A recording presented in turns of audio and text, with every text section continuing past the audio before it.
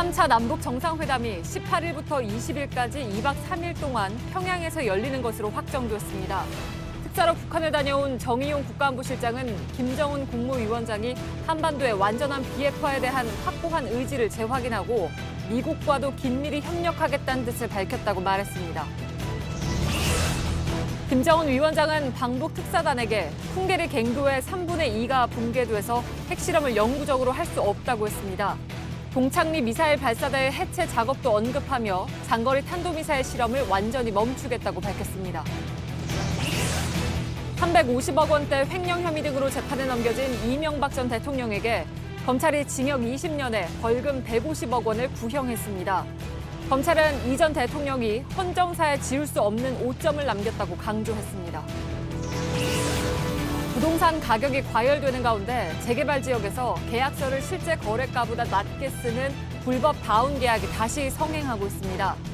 아파트 주민들끼리 단체 채팅방을 만들어 원하는 가격 밑으로 팔지 말자는 담합도 번지고 있습니다. 어제 수도권 신규 택지 후보지가 공개된 뒤 사전 유출 여부가 논란입니다.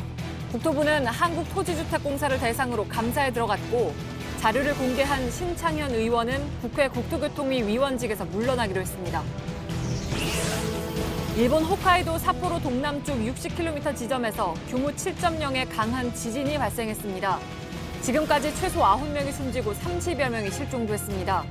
신치토세 공항이 운영을 중단했고 신칸센도 멈춰섰습니다. BMW 화재 사태를 계기로 정부가 자동차 리콜 제도를 손보기로 했습니다. 자동차 업체가 늑장 리콜하거나 결함을 은폐, 축소하면 매출액의 3%까지 과징금을 물리고 피해액의 최고 10배까지 배상하도록 하는 징벌적 손해배상 제도도 도입됩니다. 경기도 파주의 한 밭입니다. 방금 이곳에서 지뢰 한 발이 발견됐는데요. 석 달 전에도 지뢰가 발견돼 국방부가 이렇게 출입금지 표시만 해놓고 방치해왔는데 이번에 또 발견된 겁니다. 이렇게 농촌 곳곳에 숨어있는 지뢰 실태를 밀착 카메라에서 전해드립니다.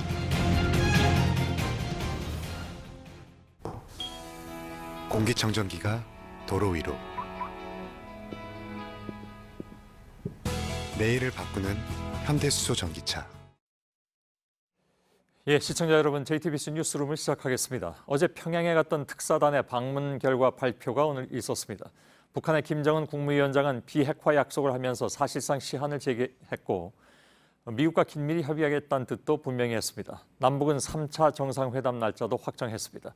관심은 이제 북한이 전달해달라는 메시지를 미국이 수용하느냐 쪽으로 모아지고 있습니다. 일단 오늘 먼저 나온 폼페이오의 반응은 북한을 더 압박하는 모양새를 취하고 있습니다. 자, 이 반응은 속보가 들어온 대로 더 전해드리도록 하겠습니다. 먼저 이서준 기자의 보도입니다. 정의용 국가안보실장이 오늘 밝힌 내용은 크게 두 가지입니다. 먼저 남북 정상회담 일정을 18일부터 20일까지 2박 3일간으로 확정했다고 발표했습니다. 또 김정은 북한 국무위원장으로부터 구체적인 비핵화 의지를 확인받았다고 밝혔습니다. 김정은 위원장은 한반도의 완전한 비핵화에 대한 본인의 확고한 의지를 재확인하고 이를 위해 남북 간에는 물론 미국과도 긴밀히 협력해 나가겠다는 의사를 표명하였습니다. 북한 조선중앙TV도 김 위원장이 우리 측 특사단에게 비핵화 의지를 확약했다고 보도했습니다. 이 땅을 핵무기도 핵위협도 없는 평화의 도전으로 만들자는 것이 우리의 확고한 입장이며 자신의 의지라고 비핵화 의지를 거듭 확약하시면서 정 실장은 김 위원장이 자신의 비핵화 의지에 대한 국제사회 일부의 의문들에 대해 답답함을 토로했다고 전했습니다. 김 위원장은 미국에 전하고 싶은 메시지를 정 실장에게 전달해 줄 것을 요청하기도 했습니다. 정 실장은 존 볼튼 백악관 국가안보보좌관에게 전화를 걸어 방북 결과와 함께 북한이 요청한 메시지도 함께 전달했습니다. JTBC 이서준입니다. 정의용 실장이 전한 김정은 위원장의 발언 중에 눈에 띄는 대목은 그동안의 핵과 미사일 실험장으로 쓰이던 풍계리와 동창리에 관한 발언입니다. 김 위원장은 핵실험이 영구적으로 불가능하게 됐다고 했는데 자신들은 비핵화 선행 조치를 했으니 미국도 적극 협상에 나서달라는 발언으로 해석이 됩니다. 허진 기자입니다. 정의용 청와대 국가안보실장은 김정은 북한 국무위원장이 여러 차례 분명하게 비핵화 의지를 천명했다며 김 위원장의 발언을 전했습니다. 풍계리는 갱도의 3분의 2가 완전히 북락해서 핵실험이 영구적으로 불가능하게 됐다. 향후 장거리 탄도미사일 실험을 완전히 중지하겠다는 것을 의미한다. 김 위원장은 그러면서 매우 실질적이고 의미 있는 조치라는 평가도 덧붙였습니다. 6.12 북미 정상회담에서 약속한 대로 북한이 비핵화 선행 조치를 했으니 미국도 적극적 행동에 나서라는 요구로 풀이됩니다. 우리 정부는 핵실험장과 미사일 발사장 폐기는 자발적이라는 점에서 의미 있는 조치라는 입장을 밝혔습니다. 외교안보 라인의 고위 관계자는 위성 확인 결과 동창리 미사일 발사장은 사실상 해체된 것으로 보인다고 전했습니다. 다만 사전 협의 없이 이런 조치가 이뤄졌고 미국이 요구하는 핵신고에 대해선 언급이 없기 때문에 미국이 어느 정도 의미를 부여할지는 여전히 불투명하다는 분석도 나옵니다. JTBC 허진입니다. 예, 이번 특사단의 방문은 우리 쪽의 중재안 전달과 함께 결국 북한 김정은 위원장의 생각이 무엇이냐 이것을 파악하는 데 의미가 있었습니다. 특사단이 발표한 김정은 위원장의 발언을 중심으로 분석을 해봤습니다. 그랬더니 역시 북미 관계를 염두에 둔 발언이 많았습니다. 정치부의 김소현 기자가 나와 있습니다. 어서 오세요. 네. 우선 그동안에 북쪽에선 미국 쪽에 자신들이 할 건 다 했는데 왜 대가가 없느냐 이런 생각을 하고 있다는 분석이 나오긴 했지만 김 위원장의 발언으로 직접 이렇게 듣게 된 건 이번이 처음이긴 하죠. 네, 정 실장은 김 위원장이 자신은 여러 차례 비핵화 의지를 천명했는데 국제사회 일부가 여전히 의문을 가지는 것에 대해서 답답함을 토로했다고 전했습니다. 예. 앞서 리포트에서도 언급된 것처럼 비핵화 조치를 선제적으로 해왔는데 선의를 선의로 받아들여줬으면 좋겠다고 했다는 겁니다. 풍계리 핵실험장 폭파와 동창리 미사일 발사장 해체 등을 자발적으로 했지만 미국 측이 북한이 아무것도 한 게 없다는 식으로 나오는 것에 대해서 섭섭함을 좀 토로한 걸로 보입니다. 예. 이와 관련해서 미국에 메시지를 전달해달라고 특사단에 요청을 했는데 그 구체적인 내용은 공개되지는 않았습니다. 예. 다만 김 위원장은 자신의 비핵화 결정이 옳은 판단이었다고 느낄 수 있는 여건이 조성되길 희망한다. 이렇게 말했다고 정 실장은 전했습니다. 예. 자, 미국 쪽에 이렇게 전달을 해달라고 했는데 일단 저희가 조금 아까 접한 소식은 폼페이오 미국 국무장관은 북한이 해야 될 일이 뭐 산적해 있다라는 식으로 이제 반응을 했기 때문에 이게 어느 의미를 갖느냐 하는 것은 좀 더 봐야 되겠습니다만은 북쪽에 대한 압박을 더 한 것이 아니냐라는 분석은 일단 나왔습니다. 근데 한마디로 정리하면 우리의 비핵화 의지를 믿어달라는 것인데 반대로 나는 트럼프를 믿는다도 이렇게 얘기함으로써 뭐랄까요? 앞으로 협상은 계속한다라는 뜻을 계속 지금 전달하고 있는 거라고 봐야 되겠죠? 네, 최근 북미 간의 협상이 어려움을 겪어왔지만 그럴 때일수록 트럼프 대통령에 대한 신뢰는 계속 유지될 것이다. 이렇게 말했다는 건데요. 예. 보다 구체적인 발언도 있습니다. 직접 들어보시죠. 예. 김정은 위원장은 자신의 참모는 물론이고 그 누구에게도 트럼프 대통령에 대한 부정적인 이야기를 한 번도 한 적이 없다는 점을 특히 강조를 했습니다. 예. 네, 이런 신뢰를 바탕으로 트럼프 대통령의 임기 내에 그러니까 2년 안이 되겠죠. 그 안에 70년의 적대 역사를 청산하고 비핵화를 실현했으면 좋겠다. 이런 입장을 밝혔다고 합니다. 예. 자, 70년의 적대 관계를 청산한다는 것은 아무래도 이제 종전 선언을 요구하는 것으로 읽힐 수가 있는데, 그리고 지금 말한 관계를 개선해 나가면서 비핵화를 실현하자 이 말은 결국은 그동안에 북한이 주장해온 동시 행동 원칙, 주거니 받거니 원칙, 이걸 다시 한번 강조한 걸로 보이죠? 네, 맞습니다. 김 위원장은 이에 더해서 북한의 선제적 조치에 상응한 조치가 이뤄진다면 또 다른 표현으로는 동시 행동의 원칙이 준수된다면 좀 더 적극적인 비핵화 조치를 할 의지를 강하게 밝혔다고 정 실장은 전했습니다. 예. 자, 같은 맥락에서 북한이 계속 요구하고 있는데 종전선언, 이와 관련해서 직접 언급한 부분이 있습니까? 네, 미국과 국내 일각에서는 종전선언을 하면 한미 동맹이 약화된다, 또 주한미군을 철수하라고 요구할 거다.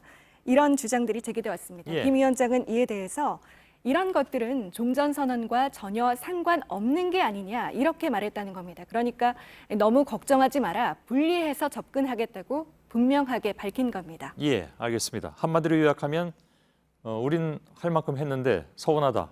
근데 트럼프는 아직 믿는다. 그러니까 앞으로 주거니 받거니로 하자. 뭐 이렇게 요약이 될 것 같습니다. 네. 김소현 기자였습니다. 예. 자, 결국 말씀드린 대로 이제 공은 미국 쪽으로 넘어갔습니다. 다만 특사단이 발표한 내용이 다냐? 미국 쪽에 전달할 내용에는 플러스 알파가 있지 않느냐 하는 추측도 나오고 있는 상황인데요. 청와대 취재 기자를 연결하겠습니다. 정재용 기자. 북측의 입장을 미국이 수용하느냐가 관건인데 먼저 정의용 안보실장이 전달한다는 김정은 위원장의 메시지는 뭔지 파악이 됐습니까? 네, 일단 정의용 안보실장은 조금 전인 8시부터 미국의 볼턴 국가안보보좌관과 전화통화를 하고 있는 걸로 전해졌습니다. 김정은 위원장이 트럼프 대통령에게 보내는 메시지를 전달하고 방북 결과를 설명하기 위해서입니다. 이 메시지 내용은 공개되지 않았지만 정부의 고위 관계자는 김정은 위원장이 본인이 비핵화를 하겠다는 이런 의지를 재차 강조하는 내용이 포함됐을 것이라고 설명했습니다. 이 비핵화 메시지는 진행 중인 협상의 당사자인 북미 간의 추후에 공개해야 할 사안인 만큼 청와대는 이 부분에 대해서는 함구하고 있습니다. 다만 문재인 대통령이 특사단이 기대 이상의 성과를 거뒀다 이렇게 평가를 한 만큼 이전보다는 좀 더 진전된 메시지가 포함됐을 가능성이 있습니다. 예. 자, 비핵화 시간표를 제시한 것이냐 하는 문제. 그러니까 트럼프 미 대통령의 임기 내 이것은 첫 번째 임기를 생각한다면 그다음은 어떻게 될 건지 모르니까요. 대략 2년 정도가 남았습니다. 이거를 시간표라고 봐도 됩니까? 네, 일단 김정은 위원장은 트럼프 대통령의 첫 임기 안에 이 비핵화를 실현할 것을 표명했다고 밝혔는데요. 그러니까 트럼프 대통령의 첫 임기가 끝나는 게 2021년 1월입니다. 그러니까 결국 2년여 안에 비핵화를 실행하겠다 이런 입장을 표시한 건데 결국은 시간표를 제시한 거라는 게 청와대의 설명입니다. 미국은 비핵화 시한을 줄곧 요구를 해왔고 북한은 그간 이에 대해서 난색을 표시해왔던 만큼 북미 간에 최소한 만날 명분이 생긴 것 아니냐 이런 해석도 가능합니다. 예. 자, 결국은 트럼프 미 대통령이 김정은 위원장의 메시지에 어떤 답을 내놓느냐가 중요하죠. 미국 측 반응이 나온 게 있습니까? 아까 폼페이오 장관의 얘기는 전해줬는데 그게 다죠, 여태까지는? 아닙니다. 지금 한 5분 전에 트럼프 대통령이 직접 트위터에 반응을 올렸습니다. 아, 그렇습니까? 네, 트럼프 대통령은 변함없는 신뢰를 보내준 김정은 위원장에게 함께 해낼 것을 감사한다 이렇게 감사 표시를 했습니다. 때문에 폼페이오 국무장관이 조금 전에 냈던 이 반응보다는 좀 더 긍정적인 입장인 걸로 보입니다. 다만 트럼프 대통령이 추가적으로 우리 특사단의 방북 결과를 들어보고 이 내용에 대해서 모두 수용할지 여부는 조금 더 기다려봐야 알 수 있을 것 같습니다. 예. 트럼프 미 대통령은 아마 아침에 일어나자마자 트위터를 날린 것 같은데 일단 네, 일보로 날린 것 같습니다. 그런데 폼페이오 미 국무장관은 지금 미국이 아니라 다른 지역에 가 있잖아요. 거기서 네, 인도에 가 있습니다. 예, 거기서 보낸 내용은 북한이 앞으로 할 일이 산적해 있다라고 표현을 해서 일단 그 내용만 듣기로는 북한을 좀 더 압박하는 듯한 그런 느낌을 분명히 줬습니다. 그렇다면 두 사람 간에 약간 좀 차이가 있는 건데 이건 미국 시간으로 오전 시간이 지나면서 좀 정리가 된다고 봐야 되겠죠? 네, 그렇습니다. 현재 정의용 안보실장이 볼턴 국가안보보좌관과 전화통화를 하고 있는 만큼 이 전화통화가 끝난 이후에는 미국 내부적으로도 어떤 논의가 있을 걸로 보입니다. 알겠습니다. 그것이 혹시 저희 뉴스룸 2부 시간에 어떤 내용이 나오면 바로 또 연결해서 정 기자로부터 얘기를 듣겠습니다. 자, 정재용 기자였습니다. 현직 대통령의 평양 방문은 11년 만이고 이번이 세 번째입니다. 판문점에서 열린 정상회담과 달리 평양에서 열리기 때문에 문 대통령이 뭘 타고 평양을 갈지 어디서 또 김정은 위원장을 만날지도 관심거리긴 하죠. 신진 기자입니다. 김대중 대통령은 2000년 특별기를 타고 방북했습니다. 김정일 국방위원장은 평양 순안공항에 깜짝 마중을 나왔습니다. 2007년 노무현 대통령은 군사분계선을 걸어서 통과한 뒤 차를 타고 평양에 갔습니다. 환영식은 4.25 문화회관에서 열렸습니다. 이동 경로에 따라 영접 장소가 달라진 건데 이번에도 육로를 이용할 가능성이 높다는 관측이 나옵니다. 군사분계선을 넘는 상징적 의미가 있는 데다 지난 4월 1차 정상회담 때 김정은 위원장이 북측 도로 사정이 열악하다는 점도 이미 스스로 밝혔기 때문입니다. 숙소는 최고급 영빈관이 있고 새로 리모델링을 한 백화원 초대소가 유력합니다. 비핵화 등 풀어야 할 과제가 많기 때문에 평양 시내 참관보다는 회담 자체에 초점이 맞춰질 전망입니다. 다만 북한의 최근 변화상을 과시하기 위해 일부 시설들은 소개할 가능성도 있습니다. 이럴 경우 새로 건설한 초고층 건물 수십 채가 들어선 여명거리와 미래과학자 거리가 우선 대상으로 꼽힙니다. 과학기술과 관련된 시설도 후보로 거론됩니다. 철도나 이런 도로 연결, 인프라 연결 얘기한다면 북한이 제일 자랑하는 게 이제 김종태 기관차 공장이거든요. JTBC 신진입니다. 다스는 누구의 것이냐는 질문에서 시작된 이명박 전 대통령의 범죄 혐의에 대해서 검찰이 징역 20년을 구형했습니다. 이 전 대통령은 16분간의 최후 진술에서 가진 재산은 집 한 채가 전부라면서 부당하게 돈을 챙긴 적이 없다고 주장했습니다. 선고 재판은 다음 달 5일에 열립니다. 김선미 기자입니다. 4개월 동안 진행된 재판을 마치면서 이명박 전 대통령은 준비해온 글을 16분간 읽었습니다. 처음엔 심려를 끼쳐 죄송하다고 입을 뗐지만 이어서 자신의 혐의를 모두 부인했습니다. 셀러리맨의 표상으로 불릴 만큼 전문 경영인으로 인정받았고 서울시장과 대통령을 지냈기 때문에 돈과 권력을 부당하게 함께 가진 것으로 오해할 수 있다는 겁니다.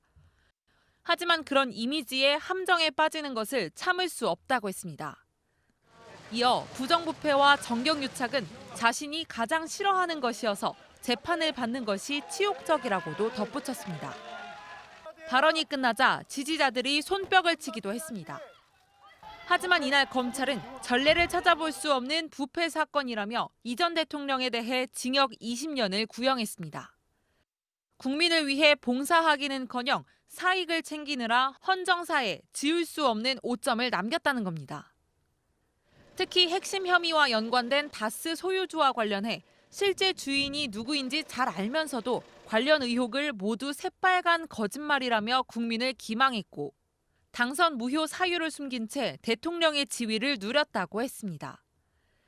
오늘 결심에 이어 법원은 다음 달 5일 선고를 내릴 예정입니다. JTBC 김선미입니다. 양승태 전 대법원장 시절에 비자금을 조성했다는 의혹과 관련해서 오늘 검찰이 대법원을 처음으로 압수수색했습니다. 대법원은 지난 2015년 일선 법원에 배정된 공보관실 예산 3억 5천만 원을 현금으로 찾아 가져오게 한 뒤에 법원장들에게 대외 활동비 명목으로 수천만 원씩을 나눠줬습니다. 검찰은 비자금 조성 계획을 확인하기 위해서 당시 법원 행정처장이던 박병대 전 대법관 등 고위 법관들에 대한 압수수색 영장도 청구했지만 이 영장은 법원에서 기각됐습니다.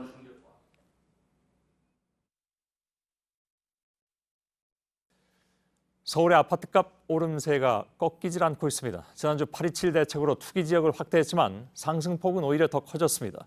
투기 지역 지정에서 빗겨간 강북 지역, 여기에 경기도 과천과 분당도 들썩거리고 있습니다.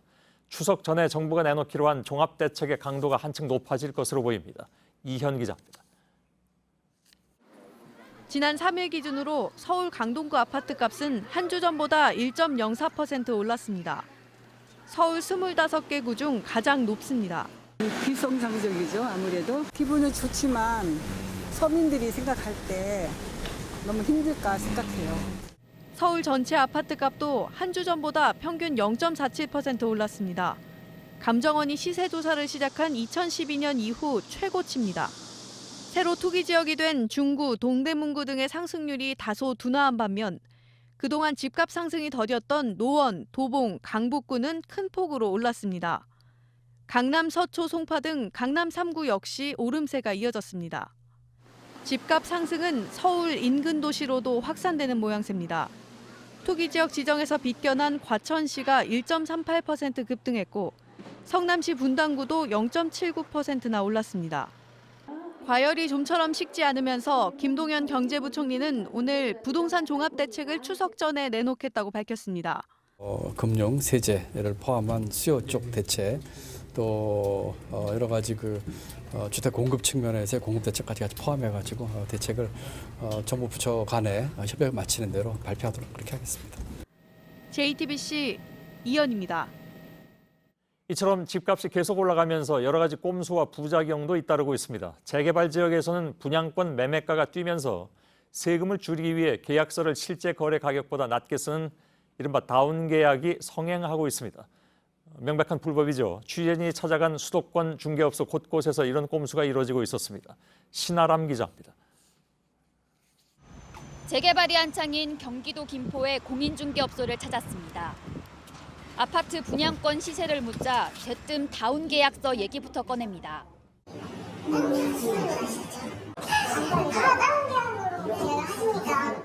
넓이가 99제곱미터, 즉 34평형의 분양가는 4억 6천만 원 선인데 웃돈이 수천만 원 붙어 있어서 이 가격보다 낮게 계약서를 써야 세금을 줄인다는 겁니다.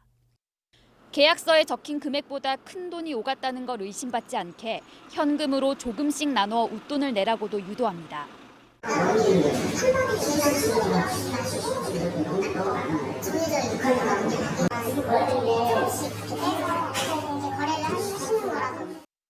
경기도 부천의 다른 중개업소도 마찬가지입니다. 아시다시피 분양가는 다 다운했어요. 1,000만 원 가구는 나머지는 현금으로 준비를 해주니까. 세무당국의 감독을 피하기 위해 차명 계좌로 웃돈을 붙이는 편법까지 나오고 있습니다. 몇 군데 계좌를 준다고 하더라고요. 매도인의 친인척, 그것도 제가 입금하는 게 아니라 저도 이제 제 다른 가족, 저희 뭐 친정 어머니나 아니면 제 동생 계좌를 통해서 입금하는 식으로. 온갖 불법이 늘어나지만 당국의 감독 손길은 아직 미치지 못하고 있습니다. JTBC 신아람입니다. 과거 아파트 분여회 등을 중심으로 이루어졌던 가격 담합도 다시 고개를 들고 있습니다. 최근에는 주민이 개설한 온라인 단체 채팅방을 통해서 일정한 가격 밑으로는 아파트를 팔지 말자는 담합이 이루어지고 있습니다. 국토부는 이를 업무방해로 처벌하는 방안을 검토하고 있습니다. 문상혁 기자입니다. 서울의 한 아파트 입주민들이 만든 단체 대화방입니다. 한 달 안에 7억 값이다. 시세가 안 올라가니까 담합 좀 해도 됩니다. 라는 대화가 오고 합니다. 일부 입주민들이 조직적으로 집값을 올리려고 시도하는 겁니다. 재건축을 추진하고 있는 서울 다른 지역의 아파트 대화방도 비슷합니다. 담합에 아직 동참하지 않은 주민을 모으기 위해 대책회의를 열자고 제안합니다. 아예 아파트 엘리베이터엔 단체 대화방을 홍보하는 전단을 붙인 곳도 있습니다. 최근 담합이 논란이 되면서 강남에선 비밀번호를 입력하거나 아파트 동호수를 인증해야 가입할 수 있는 주민 대화방도 늘고 있습니다. 서울뿐이 아닙니다. 대규모 아파트 단지가 들어선 인천의 한 주민 대화방에선 낮은 시세는 무조건 신고하자는 말이 오갑니다. 원하는 가격보다 낮은 시세로 물건이 올라오면 단체로 항의 전화를 하기도 합니다. 이 가격은 자기네 재산에 침해가 있으니 이건 좀 수정해달라고 직접적으로 약간의 협박성 같은 그런 말씀들을 하시는 분도 계세요.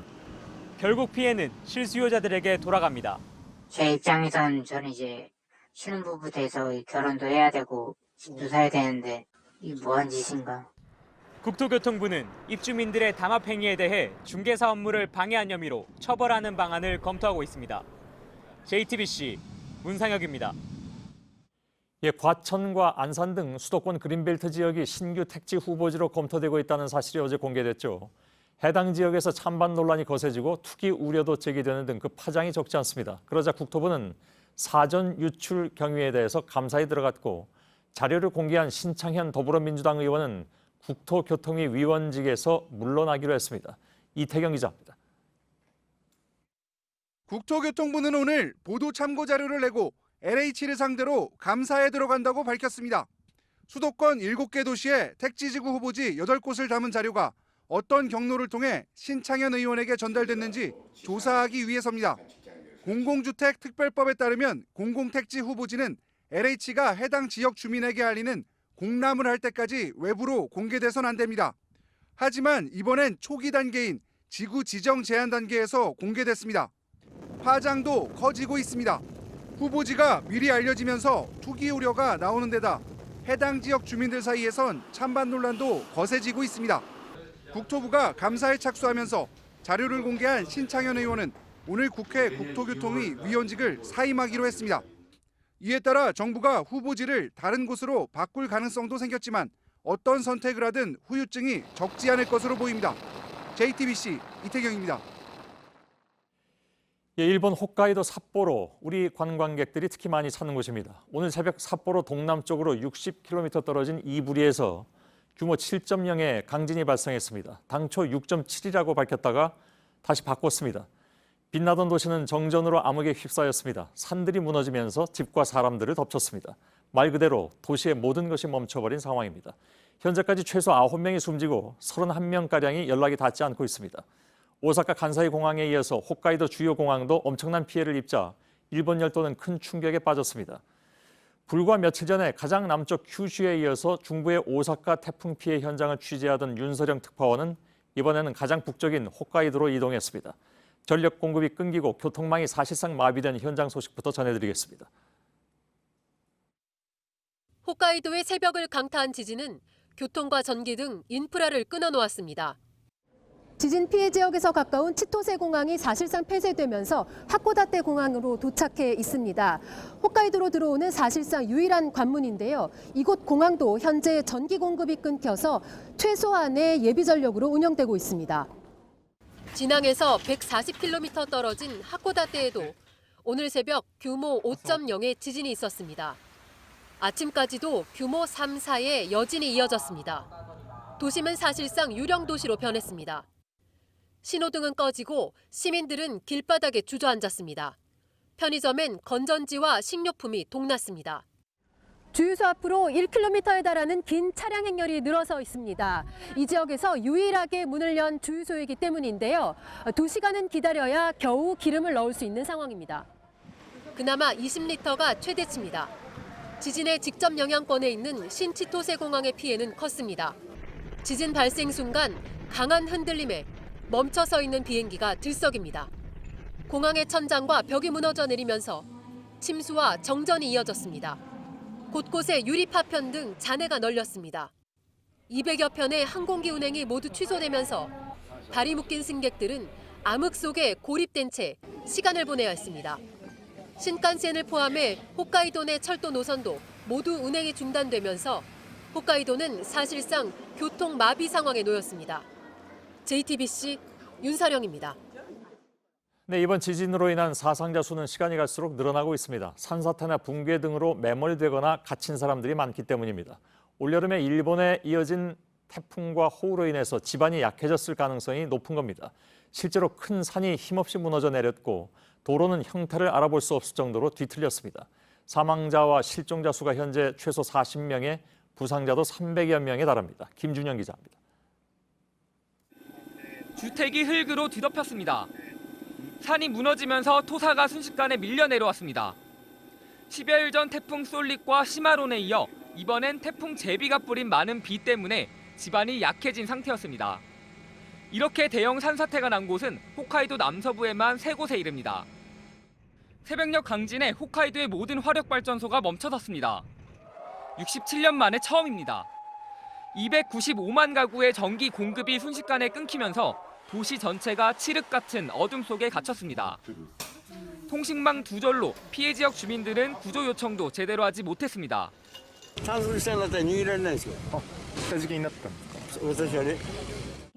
도마리 원전은 사용 후 핵 연료 냉각을 유지하기 위해 비상 발전 시스템을 가동해 방사능 누출 사고는 발생하지 않았습니다. 일본 정부는 군 병력 등 2만 5천 명을 현장에 급파해 구조 수색 작업에 나섰습니다.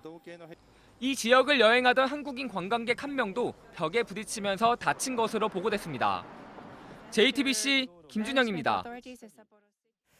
네, 이른바 궁중 족발 사건으로 불렸습니다. 가게 임대료 때문에 갈등을 빚던 건물주를 망치로 때려 다치게 한 혐의 등으로 재판에 넘겨진 족발집 사장에 대해서 징역형이 선고됐습니다. 재판부는 살인 혐의에 대해선 살인하려는 의도는 없었다며 무죄로 판단했습니다. 여성국 기자입니다. 건물주를 망치로 때려 전치 12주를 입힌 궁중족발 사건의 핵심 쟁점은 살인 의도가 있었냐는 것이었습니다. 검찰은 족발집 사장 김모 씨가 머리를 겨냥해 둔기를 휘둘렀다고 주장했습니다.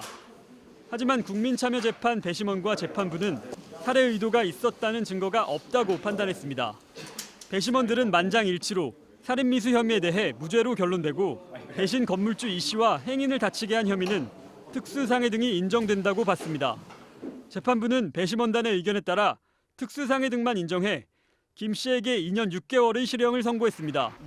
재판이 끝난 뒤 김 씨 가족과 시민단체는 임차인을 보호하지 못하는 상가 임대차 보호법 개정을 촉구했습니다.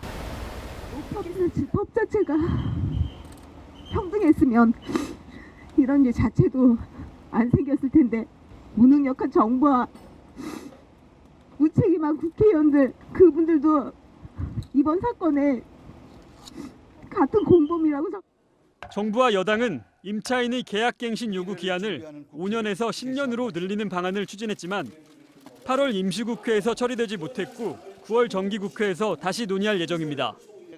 JTBC 여성국입니다. 올여름 BMW 차량에서 잇따라 불이 나는 사태 속에 정부의 대응이 오락가락해서 더 혼란스러웠죠. 정부가 이런 일이 또 없도록 대책을 내놨습니다. 자동차 회사가 피해액의 최대 10배까지 물어내고 계속 불이 나는 차는 정부가 아예 팔지 못하게도 할 수 있는 내용입니다. 박영우 기자입니다. 고속도로 위에서 BMW 승용차가 불길에 휩싸였습니다. 이렇게 도로 위에서 불탄 BMW 차량은 올해 들어서만 42대입니다. 정부는 BMW 화재 사태를 계기로 자동차 리콜 제도를 손보기로 했습니다. 리콜 관련 제도의 한계 등으로 인해서 안전에 대한 국민적 기대에 부응하지 못했다는 비판을 엄중하게 받아들이고 있습니다. 우선 자동차 회사에 대한 처벌 규정을 지금보다 강화합니다. 늑장 리콜 때 과징금을 매출액의 1%에서 3%로 올립니다. 차의 결함을 숨겼을 때도 매출액의 3%를 과징금으로 내게 했습니다. 예를 들어 이번에 문제가 된 BMW 차량 10만 6천 대에 적용해 본다면 과징금 규모는 약 2천억 원입니다. 징벌적 손해배상액도 피해액의 3배 이내에서 10배까지 올리기로 했습니다. 예방 조치도 마련합니다. 불이 자주 나는 차종은 정부가 자동으로 결함 조사를 하고 위험할 경우 운행 제한은 물론 판매 중지도 할 수 있게 됩니다. 자동차 회사가 관련 자료를 제대로 안 내면 건당 최대 1,000만 원의 과징금도 내야 합니다. 이에 대해 소비자 단체들은 결함 문제와 관련해서 입증 책임을 자동차 회사가 지도록 해야 한다고 강조했습니다. JTBC 박영우입니다. 어제 경남 진주시의 한 아파트 공사장에서 방수 작업을 하던 노동자 1명이 숨지고 3명이 다쳤습니다. 경남 양산에선 찜질방 공사장에서 외벽이 무너져서 2명의 사상자가 발생했습니다. 이 두 곳 모두 안전수칙을 제대로 안 지켰습니다. 배승주 기자입니다. 경남 진주시의 한 아파트 공사장입니다. 어제 오후 5시 20분쯤 지하 1층에서 페인트 방수 작업을 하던 작업자 4명이 쓰러져 있는 것을 동료가 발견해 신고했습니다. 유독가스가 나오는 작업장이었지만 환기 시설은 없었습니다. 작업자들은 방독 마스크가 아닌 일반 마스크를 썼던 것으로 조사됐습니다. 결국 발판에서 떨어진 62살 박모 씨가 숨졌고 나머지 3명도 병원에서 치료를 받고 있습니다. 유기용제에 중독되면 이제 사람이 정신이 좀 잃어요. 그래서 이제 그 1.8m 높이에서 이제 추락을 한 거죠. 고용노동부는 이 아파트 공사장에 대해 작업 중지 명령을 내렸습니다. 경찰은 박 씨를 부검하고 안전관리자 등을 소환해 조사할 예정입니다. 경남 양산시의 한 찜질방에선 어제 오후 불가마 공사를 하다 외벽이 무너졌습니다. 노동자 2명이 무너진 벽체에 잔해에 깔렸습니다. 동료 작업자들이 10여 분 만에 매몰된 2사람을 구조했지만 62살 박모 씨가 숨졌고 39살 이모 씨는 중상을 입었습니다. 공사 현장엔 버팀목과 같은 최소한의 안전장치는 없었습니다.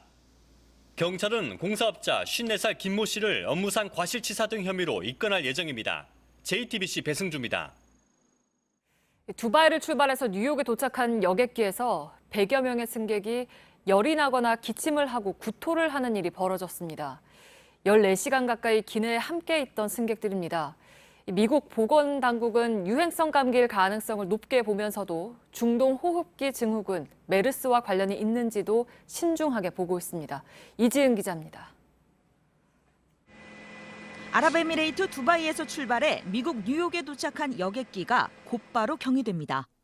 14시간 동안 탑승자 500여 명 중 100여 명이 집단으로 건강 이상을 호소한 겁니다. Very, very deep, intense cough, violently sick, going into the bathroom a lot. 급파된 질병통제예방센터는 승객과 승무원 전원의 체온을 확인하고 증세를 조사했습니다. Temperature is higher. They are asked to go some other direction. My temperature is not more than 99, so I was asked to come straight to the terminal. 상태가 좋지 않은 10여 명은 병원으로 옮겨졌는데 승무원도 일부 포함됐다고 현지 언론은 전했습니다. 뉴욕시 보건당국은 아직 병명을 확정할 수 없지만 환자들의 증세가 독감 가능성을 시사한다고 밝혔습니다. 독감 환자나 잠복기 환자의 바이러스가 장시간 밀폐된 공간에서 퍼졌을 수 있다고 설명했습니다. CNN은 질병통제예방센터 관계자의 말을 인용해 메르스와 연관성에 대해서도 신중하게 살펴보고 있다고 보도했습니다. 미국 정부 당국은 탑승자들의 이동 경로 등 추적 조사를 벌일 계획입니다. JTBC 이지은입니다. 김형식 서울국제학교 이사장이 횡령 혐의로 경찰 수사를 받으면서 논란이 커지고 있습니다. 오늘은 JTBC가 입수한 경기도교육청의 감사 보고서와 경찰 고발장 내용을 보도해드리겠습니다. 김 이사장은 퇴직금을 받을 수 없는데도 45억 원에 달하는 퇴직금을 수령하는가 하면 자신의 이름으로 대학에 거액의 기부금을 내면서 학교 돈을 끌어다 쓰기도 했습니다. 먼저 송우영 기자입니다. 김형식 서울국제학교 이사장은 2011년 6월과 2015년 3월에 5억 원씩 모두 10억 원을 건국대에 기부했습니다. 하지만 경기도교육청의 감사 결과 이 돈은 서울국제학교의 교비였습니다. 사립학교법상 학교의 교비는 교육용이 아닌 다른 목적으로 사용할 수 없습니다. 아이들의 교육에 써야 할 돈이 밖에 기부된 건 이뿐만이 아닙니다. 서울국제장학재단에 11억 원, 한국모금가협회엔 1억 원이 기부됐습니다. 이 중엔 김 이사장 개인 이름으로 기부한 것도 있었습니다. 2011년에 개인이고 15년에 법인이네요. 2011년 개인은 김형식 이름으로 나. 그렇죠. 예. 교육청은 김 이사장이 사립학교법을 위반한 동시에 본인의 명예를 위해 학교 돈을 횡령한 혐의도 있다고 보고 경찰에 고발했습니다. 김 이사장이 그동안 45억여 원의 퇴직금을 받은 사실도 교육청의 고발장에 담겼습니다. 근로자가 아니어서 퇴직금 지급 대상이 아닌 김 이사장이 정상 퇴직금의 몇 배에 달하는 큰 돈을 받았다는 겁니다. 교육청은 퇴직금 45억여 원 등을 학교 교비로 환수하고 외국인 학교 운영 자격이 있는 사람이 학교를 경영하라고 시정 요구도 했습니다.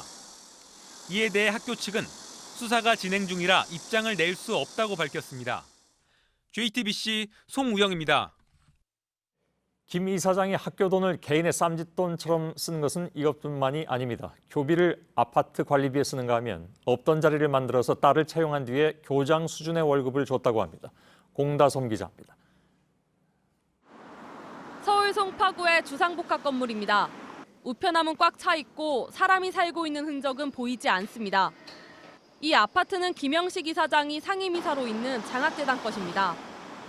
교육청에 따르면 서울국제학교는 2010년부터 지난해 7월까지 이 아파트의 관리비 2,200여만 원을 대신 냈습니다. 같은 기간 경기도 용인의 또 다른 아파트 관리비 1,700여만 원도 학교가 냈습니다. 모두 사립학교법 위반입니다. 교비는 의료비 등 개인 용도로도 쓰였습니다. 2008년부터 9년간 김 이사장과 미국인 설립자 A씨가 의료비로 쓴 돈은 약 2억 4천만 원에 달합니다. 김 이사장은 자신의 딸을 학교 교직원으로 채용하기도 했습니다. 기존에 없던 상임이사라는 자리를 만들어 졸업증명서도 내지 않은 딸을 채용했다는 게 교육청의 판단입니다. 월급은 교장단 수준이었습니다. 또 김 이사장의 손녀는 서울국제학교로 전학을 온 뒤 3년 넘게 별다른 이유 없이 수업료를 면제받았습니다. 경기도교육청은 이런 감사 결과를 모아 경찰 고발장에 모두 포함했습니다. JTBC 공다솜입니다. 오늘은 원내 3당인 바른미래당 김관영 원내대표가 국회에서 연설했습니다. 문재인 정부의 대북 정책을 높게 평가하면서도 경제를 포함한 다른 부분에 대해선 혹평을 내렸습니다. 미투 운동에 대한 국회의 역할도 강조했습니다. 여야 의원들의 반응은 어제와는 사뭇 다르기도 했습니다. 박유미 기자입니다. 바른미래당 김관영 원내대표는 문재인 정부의 대북 정책엔 긍정적인 평가를 내놨습니다. 한반도 비핵화와 평화체제 구축을 위한 그간의 노력을 평가합니다.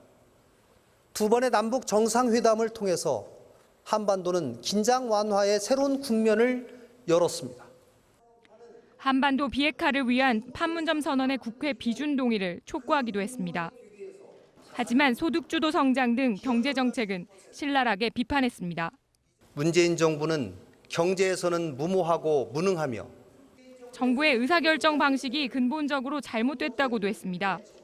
이제는 청와대 정부에서 내각이 중심이 되는 행정부로 바뀌어야 합니다. 소위 공론화 정치, 이것은 문재인 정부의 비겁함과 무책임 정치의 극치입니다. 여론 뒤에 숨는 책임 회피를 해서도 안 됩니다. 미투 운동을 뒷받침할 국회의 역할론도 강조했습니다. 피해자에게 왜 거부하지 않았나를 물을 것이 아니라 가해자에게 왜 성적 대상으로 접근했는가를 물어야 합니다. 가해자를 처벌할 수 없는 입법 부재가 이유라면 국회는 타당하고 합리적인 법을 만들어야 합니다. 오늘 대표 연설에서는 삿대질과 고성이 오가지 않았습니다. 아주 썩 잘하셨습니다. 민주당은 새겨들을 만한 분석과 제안이 제시됐다고 논평했습니다. 하지만 자유한국당은 청와대와 행보를 같이 하겠다는 것이라고 했고 정의당은 바른미래당의 위치 선정이 매우 아쉽다고 비판했습니다. JTBC 박유미입니다. 여야 여성 의원 13명이 동의 없는 성관계를 성폭행으로 처벌하도록 하는 이른바 No means no 룰을 적용한 형법 개정안을 발의했습니다. 정의당은 오늘 빠졌는데 정의당의 경우에는 이미 지난 3일에 이정미 대표가 발의한 법안이 있고 이 법안은 고 노회찬 전 의원이 준비했던 것으로 전해지기도 했습니다. 유미혜 기자입니다. 여야 여성 국회의원들이 비동의 간음죄 도입을 주요 내용으로 하는 형법 개정안을 공동 발의했습니다. 한국당 나경원 의원이 대표 발의했고 민주당, 바른미래당, 민주평화당 여성 의원까지 4당 모두 참여했습니다. 가해자의 시각이 아니라 피해자의 시각이 반영되는 사회, 또 상식이 있는 대한민국을 위한 비동의 간음죄 신설에 여야 의원 13명이 뜻을 같이 했습니다. 앞서 정의당 이정미 대표도 지난 3일 같은 내용의 형법 개정안을 발의한 바 있습니다. 현행 형법에서는 폭행 또는 협박으로 강간했을 때만 처벌이 가능합니다. 이에 따라 법원도 피해자가 저항한 경우에만 유죄로 인정해왔습니다. 그러나 개정안에선 상대방의 의사에 반해 간음한 경우도 처벌 대상에 포함시켰습니다. 지위를 이용해 동의 없이 간음한 경우도 처벌되는데 7년 이하의 징역 또는 3천만 원 이하의 벌금에 처해집니다. 폭행 또는 협박에 의한 경우는 가중처벌하도록 했습니다. 지난달 재판부는 안희정 전 지사의 무죄 근거 중 하나로 입법 미비를 들기도 했습니다. 이후 국회에선 형법 개정에 대한 논의가 이어져 오고 있습니다. JTBC 유미입니다.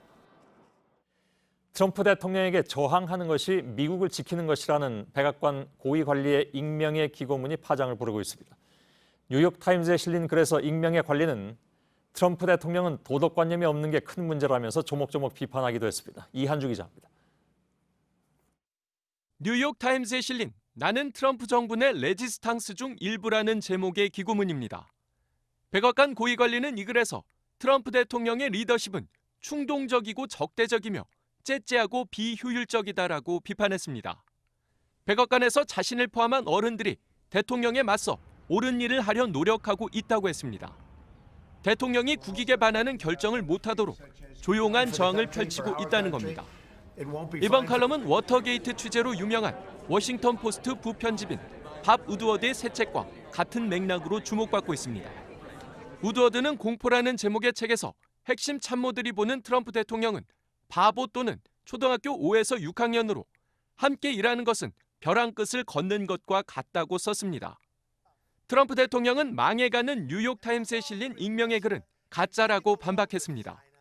CNN 등 주요 매체는 우드워드와 익명의 칼럼이 묘사한 백악관 모습은 사실일 거라고 거들었습니다. 트럼프 대통령이 기고자 색출에 나서면서 이번 추위의 사태가 정권 내부의 분열상을 더 키우고 있습니다. JTBC 이한주입니다.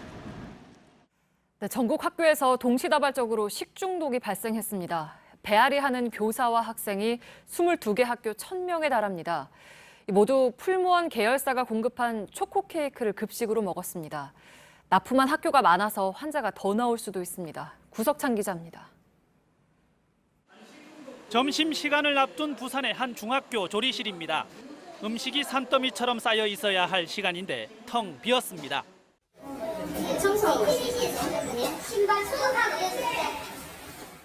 지난 3일 점심 이후 구토와 복통, 설사 증세를 보이는 학생들이 늘고 있기 때문입니다. 부산에서만 7개 학교 490명에 달합니다.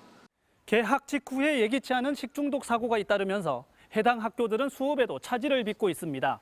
한 반에 15명씩 다 왔어요. 교정식이 아니에요. 그런데 경남북과 전북, 경기 등 5개 지역 15개 학교에서도 500명 넘는 교사와 학생들이 똑같은 증상을 보이고 있습니다. 모두 풀무원 계열사인 풀무원 푸드머스에서 납품한 초코 케이크를 먹은 것으로 확인됐습니다.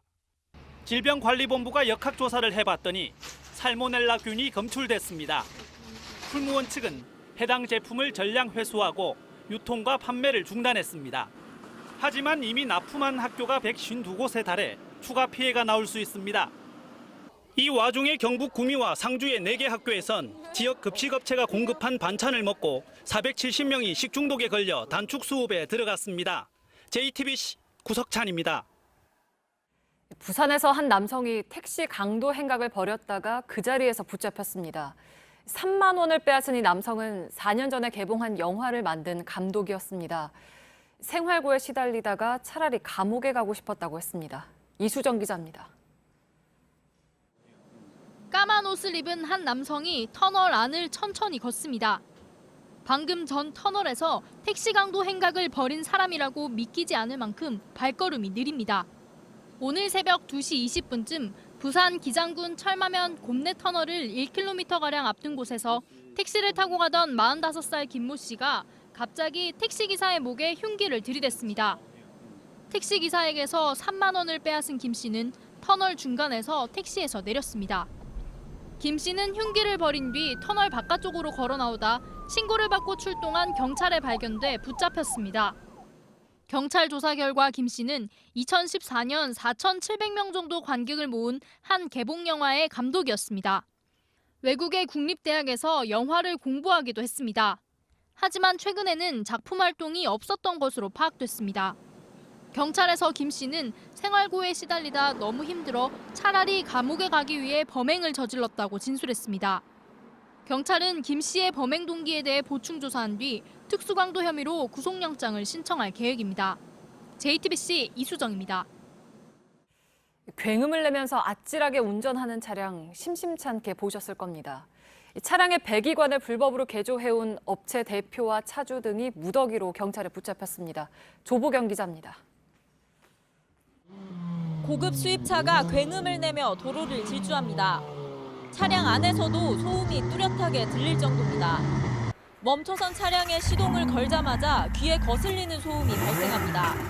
측정기를 대보니 승용차 소음 허용 기준치 100dB를 훌쩍 넘어갑니다.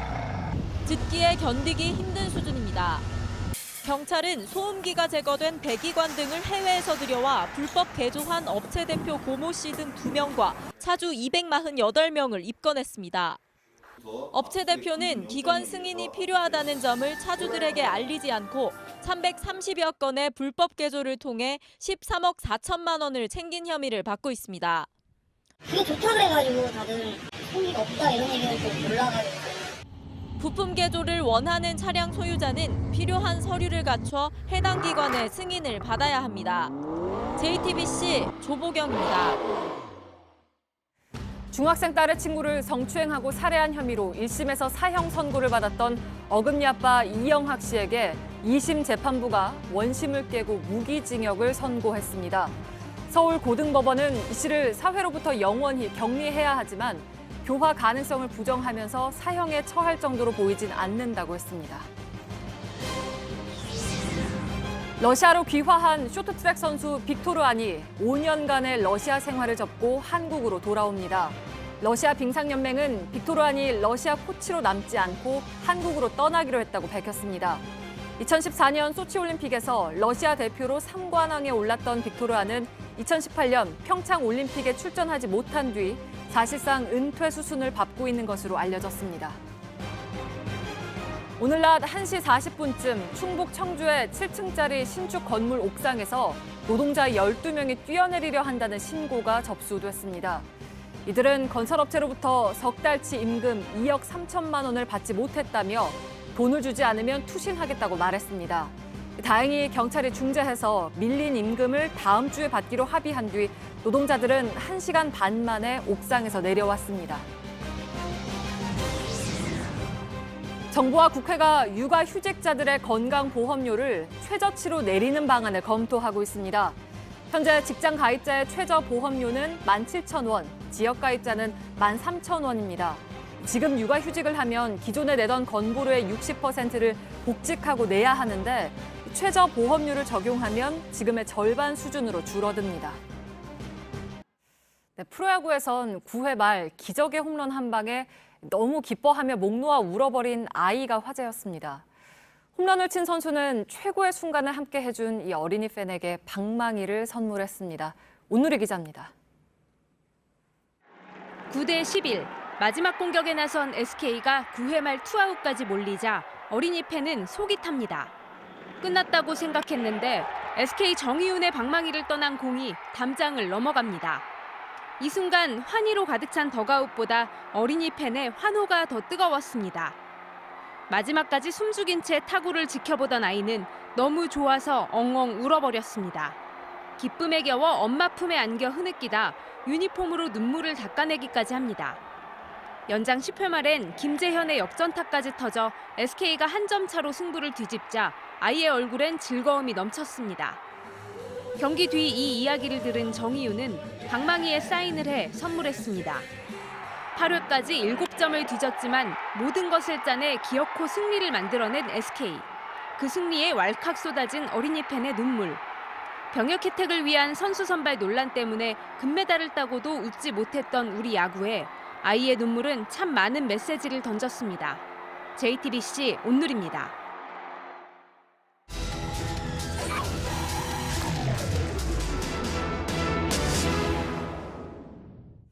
네, 민간인 지뢰 사고는 매해 한두 건씩 계속됩니다. 군부대였다가 농지가 된 곳에서 주로 발생합니다.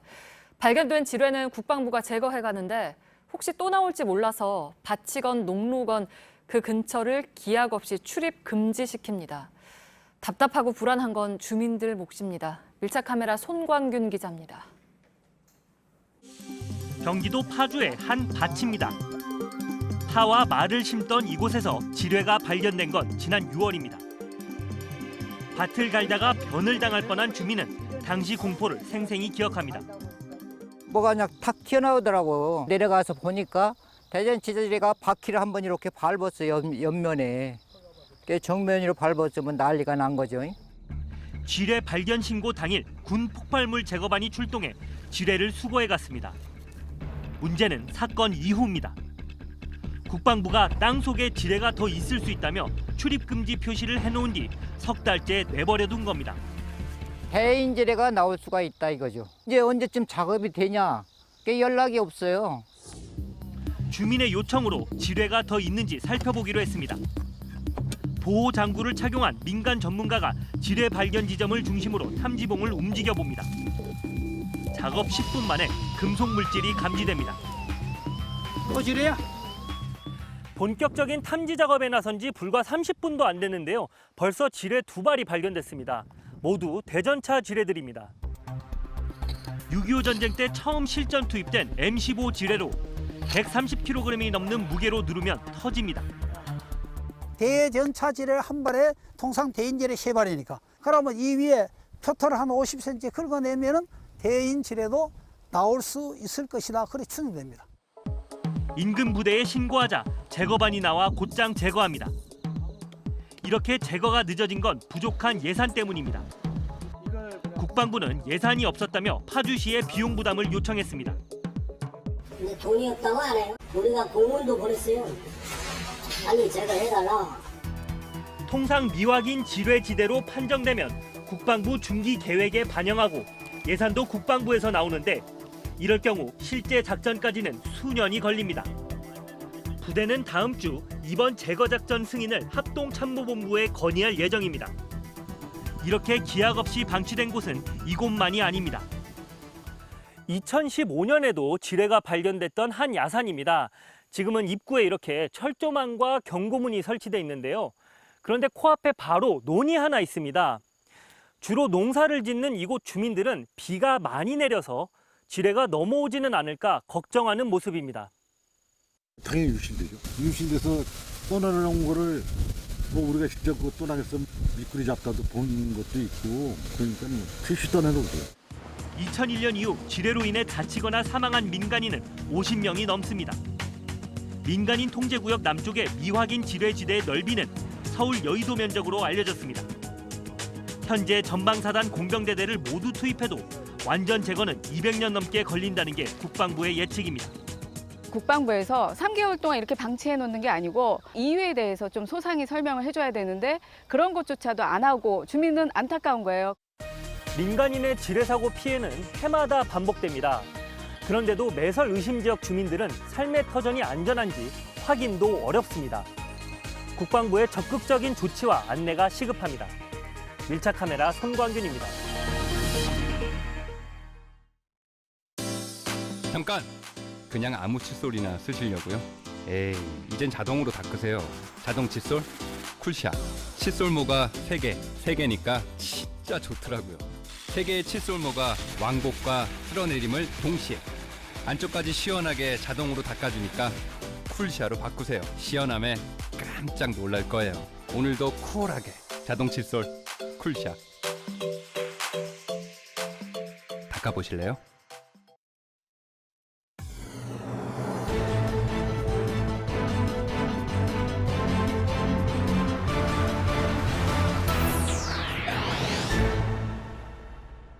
예, 뉴스룸의 앵커 브리핑을 시작하겠습니다.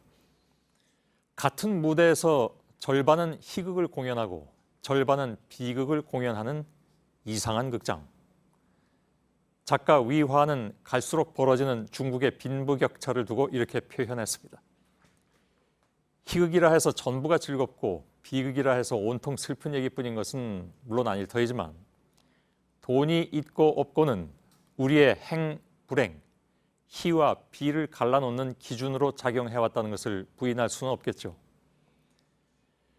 그리고 한국 사회에서 그 돈이라는 것은 거의 예외 없이 집이라는 부동산과 치환돼서 그것이 있고 없고는 우리의 행, 불행, 희와 비를 가르는 기준이 되어왔습니다. 우리 아파트도 7억까지 가봅시다. 하루가 다르게 오르는 집값에 편승해서 집을 가진 주민들은 아파트 호가를 올리고 가격을 담합하고 있다는 소식. 평당 1억을 부르는 아파트도 나왔다 하니 누구나 이렇게 박탈감을 느끼는 것은 당연한 일이겠죠. 반면 집 없는 이들 사이에서는 새로운 유행어도 등장했습니다. 영끌 대출. 은행 대출과 사채는 물론 영혼까지 끌어모아서 집을 사야 한다는 절박함에서 나온 용어.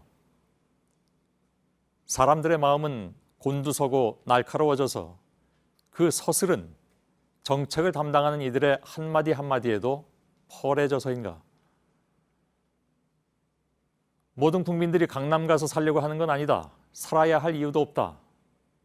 이 한마디가 그 말이 나온 연휴와는 상관없이 하루 종일 사람들 사이에 회자됐습니다. 그래서 사람들은 꼭 그곳에 가서 살아야 할 이유들을 역설적으로 더 찾아보게 됐죠.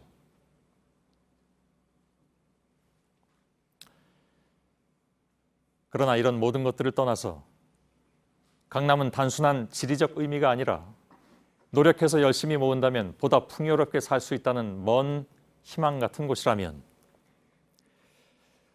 그러나 결국은 다가갈 수 없는 사람들에겐 그 어떤 절망을 상징하는 곳이라면, 그래서 작가 위화의 표현처럼 서울은 강 하나를 사이에 두고 희극과 비극이 나뉘어져서 공연되는 이상한 극장과 같은 곳이라면 오늘의 앵커 브리핑이었습니다.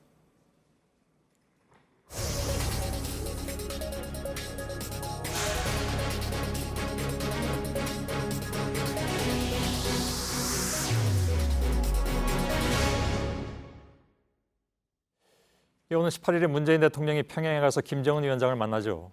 자본주의 나라들과도 다방면으로 교류하고 협력하겠다. 자본주의 나라라고 꼭 집어서 이렇게 입장을 내놓을 만큼 북한은 개방에 적극적인 태도를 보이고 있기도 합니다. 물론 그만큼 급하다는 얘기도 되겠죠. 실제로 북한 분위기는 그렇다면 어떤지 최근에 평양을 비교적 좀 길게 취재하고 돌아온 JTBC의 이기현 탐사기획국장과 얘기를 나눌 텐데 JTBC 남북교류 추진단장을 맡고 있기도 합니다. 오늘 여러분들께 보여드릴 북한의 동영상 중에는 몇 년 동안 문 잠가 놓고 있는 개성공단도 들어가 있습니다. 자, 언제 어떤 경로로 다녀온 겁니까? 네, 8월 10일서부터 9박 10일 일정으로 평양을 갔다 왔습니다. 긴 기간이었습니다. 네, 예. 국제 유소년 축구대회가 열렸는데요. 거기를 참관하는 자리였습니다. 예. 이번에 그 방북의 특징은 육로를 이용했다는 점입니다. 아, 예. 네, 2007년도 노무현 대통령께서 육로를 통해서 방북을 한 적이 있었고요. 예. 또 1998년도에 정주영 회장이 이른바 속대 방북을 할 때 육로를 이용했습니다. 그 유명한 방북. 네, 예. 그 민간 교류에서는 그 이후에 처음 있는 일입니다. 아, 그런가요? 네. 전부 그러면 베이징을 거쳐서 가든가 아니면 비행기로 가거나 했죠? 네, 그렇습니다. 예.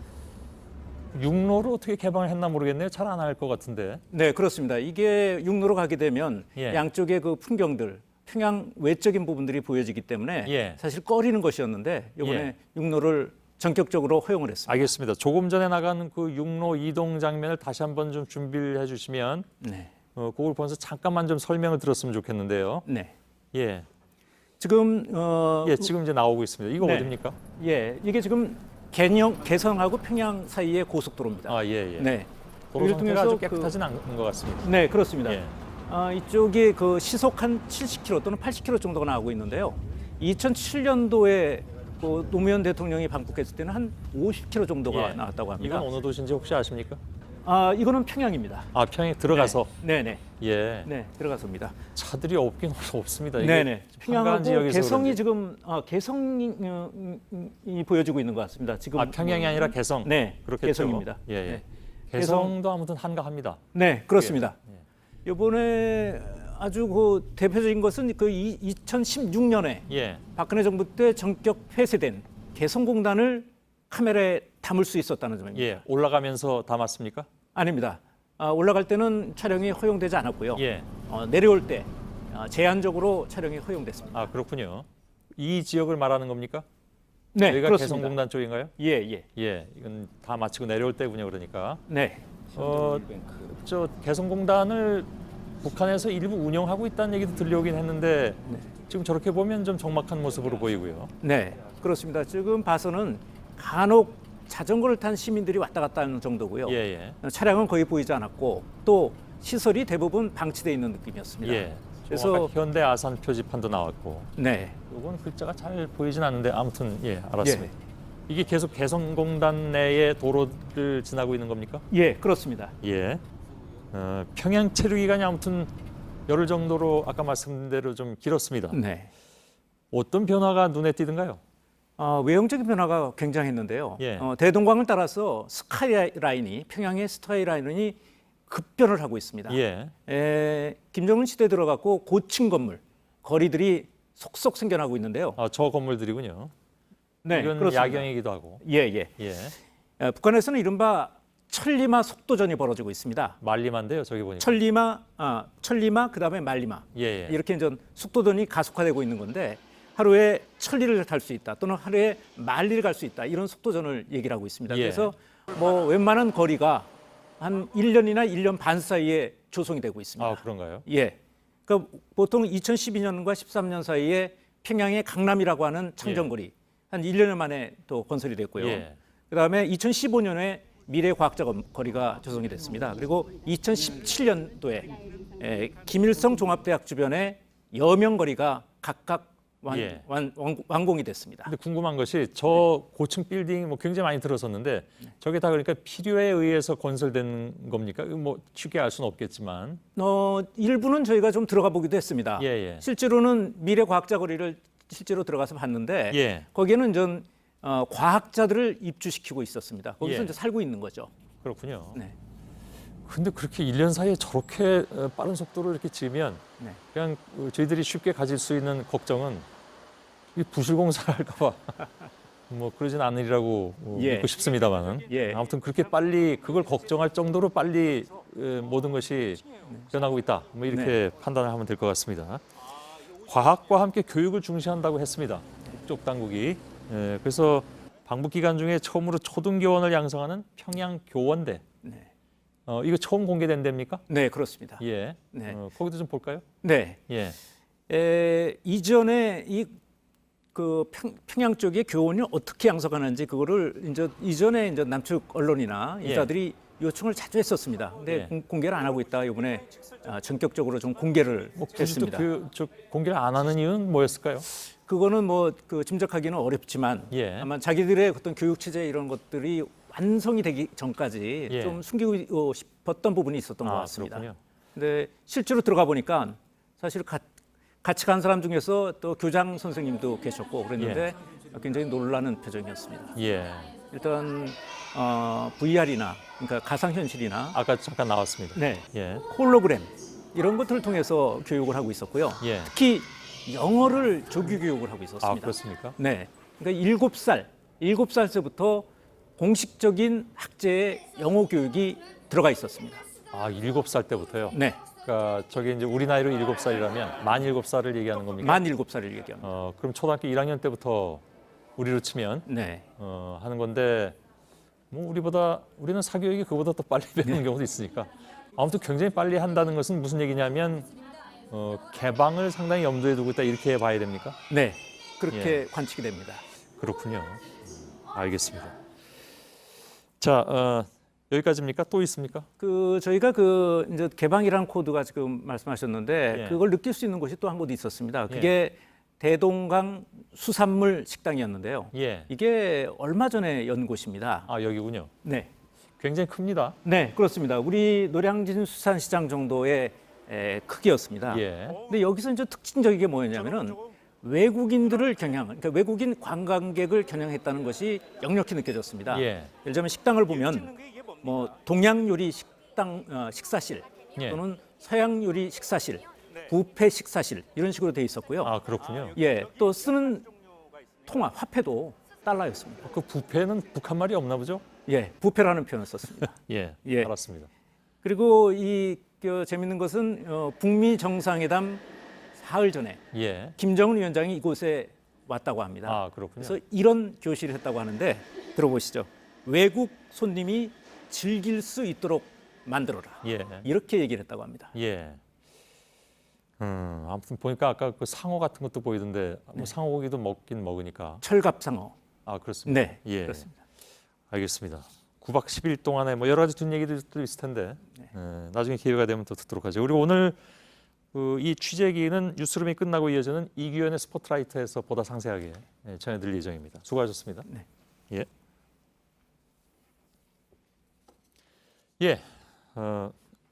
이제는 팩트체크 시간인데 오늘 팩트체크를 조금 생략을 하고요. 사실 팩트체크에서도 오늘 이 문제를 다루려고 했습니다. 그러니까 요 며칠 사이에 지금까지도 이슈가 계속되고 있는 병역 특례 문제, 이 문제를 다루려고 했는데 이분을 모시고 얘기하는 것이 조금 더 효과적인 부분도 있겠다 싶어서 그리고 저희들이 엊그저께 이 문제로 안민석 민주당 의원을 이 자리에 모시고 얘기를 나눴었는데 또 다른 각도에서 이 문제를 보고 있는 분이 계셔서 직접 모시고 잠깐 좀 얘기를 나누도록 하겠습니다. 정희준 동아대 스포츠과학부 교수인데 제가 미리 말씀드리자면 제가 12년 전에 바로 똑같은 주제로 이분하고 방송을 한 적이 있습니다. 이게 무슨 얘기냐면 12년 동안 계속 논란만 되고 있고 아무런 뭐 이렇게 변화가 없었다는 얘기가 동시에 되기도 하죠. 이번만큼은 뭔가 좀 해답을 얻어내야 되는 것이 아니냐. 국회에도 또 늘 그렇듯이 이렇게 법안들이 올라가 있습니다만은 그래서 그 얘기를 동아대 스포츠과학부 정희준 교수와 함께 잠깐만 오늘 얘기를 나누겠습니다. 어서 오십시오. 예, 안녕하세요. 예, 오랜만입니다. 예, 반갑습니다. 예, 물론 다른 일로도 인터뷰를 한 바 있습니다만은 첫 방송을 저하고 바로 이 문제를 했었던 그런. 예, 그래서 그때 제가 사실 토론을 잘 못해서 생생하게 기억을 하고 있습니다. 아, 그런가요? 예, 백분 토론이었습니다. 예, 맞습니다. 예. 그 사실 이 문제는 굉장히 오래된 문제인데요. 예. 계속 논란이 반복돼 왔습니다. 4년 전에 인천 아시안 게임이 끝나고도 또 이 문제가 있었어요. 그렇죠. 그래서 그때 토론회가 있었는데 마침 병무청 관계자들이 와서 예. 이 문제 개선하겠다라고 다짐하듯 얘기를 했는데 결국 바뀐 거는 아무것도 없고. 그러게요. 지금 또 논란이 되고 있는데 또 이제 그 하태경 의원인가요? 예. 뭐 방탄소년단 같은 대중예술인들도 특혜를 받게 해주겠다, 예. 혜택을 받게 해주겠다 해서 오히려 이게 더 복잡해졌습니다. 그러게 말이죠. 그런데 이게 이제 이 그 병역특례 법안을 이 제도를 누더기로 만든 장본인이 바로 정치인들이었습니다. 예. 그래서 이번 문제에서는 좀 자제를 해주셨으면 하는 그런 바람입니다. 12년 전에 저하고 얘기할 때 그게 바로 WBC 야구 대회였죠. 예. 그때 이제 4강에 진출한 대표팀을 이제 특례를 주느냐 마느냐로 예. 토론했었는데. 사실은 이제 그 이전에 그 4년 전에 2002년 월드컵에서 그렇죠. 우리나라 그 선수들이 16강에 진출을 하니까 예. 정치인들이 앞장서 가지고 일사천리로 진행시켜서 예. 전광석화와 같이 병역 특례를 줬거든요. 사실상 병역 면제죠. 그래서 사실 논란은 그때부터 시작이 됐다고 봐야겠죠. 예. 그래서 이것은 그 법질서에서 가장 그 중요한 게 그 형평성과 일관성이거든요. 예. 근데 이 우리가 가지고 있는 지금 이 병역 특례는 형평성도 그렇고 일관성도 그렇고 전혀 담보할 수가 없는 지금 굉장히 복잡한 상황이 됐습니다. 그래서 예. 이것은 대대적으로 손질이 필요하다고 생각합니다. 알겠습니다. 거두절미하고 어떻게 바꿔야 된다고 보십니까? 이게 이제 법적으로도 뭐 문제가 굉장히 많거든요. 형평성, 일관성에다가 비례의 원칙도 맞춰지지가 않고 있고 그래서 사실은 이제 어떤 분들은 폐지 주장을 하시는 분들도 있긴 있습니다. 예. 그런데 이제 이것도 그 법의 취지가 아무리 좋아도 현장이 그 현실이 준비가 되어 있지 않으면 이것도 때로는 행정의 폭력이 되기도 하거든요. 예. 그래서 저는 기본적으로 그 신체적 장애가 없는 대한민국의 모든 젊은이들은 남성이 되겠죠. 예. 신성한 병역의 의무를 완수해야 된다. 일단 이거를 기본으로 깔고 예. 근데 그럼에도 불구하고 스포츠 경우에는 종목에 따라 그다음에 예술 또 장르에 따라 예. 좀 편차가 있거든요. 그래서 이 젊은이들이 일정한 수준의 그 우수한 성과를 거둔 그 젊은이들이라면 예. 몇 가지 이제 좀 배려하는 그 선택지를 좀 제공을 하는 거죠. 그래서 기본적으로 병역 복무는 하는 거고요. 만약에 내가 일찍 군대를 가겠다. 예. 그러면 그 과거에 그 이런 제도가 있었거든요. 대학교 다니면서 교련을 이수하면 예. 3개월 감축시켜주는 제도가 있었습니다. 예, 길게는 군복무 6개월이었습니다. 기간을. 예. 죄송합니다. 1년에 2개월씩 3년 받으면 6개월 단축시켜줬죠. 예, 그래서 제가 그 수혜자였기 때문에. 지금 그 대통령 공약이기도 했는데 지금 현실화됐습니다. 지금 육군은 복무 기간이 1년 6개월입니다. 예. 그래서 좋은 성과를 거둔 젊은이들에게는 만약에 군대를 일찍 가는 경우에는 6개월 그 단축 혜택을 주는 거죠. 예. 그러면 운동선수 경우에는 한 시즌만 쉬고 군복무하고 다시 돌아가면 되거든요. 예. 만약에 젊은 시기가 너무 좀 중요하고 그러한 경우 이게 뭐 예를 들면 예술 장르 중에도 무용 경우에는 남자 무용수들 경우는 좀 젊은 어린 시기가 중요하다고 하더라고요. 그렇죠. 예. 뭐 축구 선수들도 좀 그런 편에 해당이 되고요. 그래서 만약에 난 좀 늦추는 게 좋겠다. 젊은 시기가 좀 중요하고 그런 경우에는 지금 그 병역 제도가 병역 의무를 이행하는 그 나이가요. 예. 만 40세까지로 되어 있거든요. 보통 운동 선수들도 30대 중반이면 거의 대다수가 은퇴를 하게 돼 있고요. 예. 그다음에 예술인들도요. 30대 중반이면 일단 안정기에 들어가는 시기입니다. 예. 그래서 40세 이전에 병역의 의무를 완수할 수 있도록 예. 입영을 유예를 시켜주는 거죠. 그게 군대 생활도 예. 사실 젊은 나이에 하는 게 좋습니다. 그렇죠. 예. 선택을 하라는 거죠. 예. 그리고 만약에 이제 지금 그때 안민석 의원도 잠깐 얘기를 하셨던 것 같은데 은퇴 후 공익이 있지 않습니까? 예. 그래서 은퇴 후 공익이라면 병역으로 가면 그냥 1년 6개월 복무를 하고 예. 공익 활동이라면은 뭐 한 2배 정도 3년 그 공익을 위한 예. 사회 복무를 할 수 있도록 그렇게 몇 가지의 선택지를 제시를 하면 예. 뭐 체육인들이건 예술인들이건 뭐 그 정도는 뭐 받아들일 수 있지 않을까. 예. 사회적 그 공감대도 형성이 가능하고요. 예. 근데 그게 예를 들어서 운동 같은 경우에도 다 이게 다 다르잖아요. 네, 말씀하신 예. 대로 종목별로 다르고 예술 분야는 더 말할 나위가 없고 더더군다나 그것은 매우 또 주관적인 어떤 그렇죠. 기준도 많이 작용을 해서 그걸 한꺼번에 다 아울러서 해결할 수 있는 방법이 결국은 그러면 상한선을 40살 정도로 두고 예. 그 사이에 어느 때든 본인이 택하는 시점에 예, 대신 이제 그 기량이나 예. 또 그러한 그 국제적인 성과가 검증이 된 예. 그래서 일정한 기준을 통과한 그러한 요원들이어야 되겠죠. 예. 그러면 여태까지 얘기가 나온 예를 들어서 안민석 의원도 얘기했습니다만은 포인트제, 그러니까 예, 이제 누적 점수제죠. 예예예. 그런데 그것도요 사실 지금의 제도랑 그렇게 다르지가 않습니다. 예. 일단 이런 거예요. 누적 점수가 100점이 넘어가면 이제까지는 군 면제, 사실상의 군 면제를 시켜주겠다는 거거든요. 예.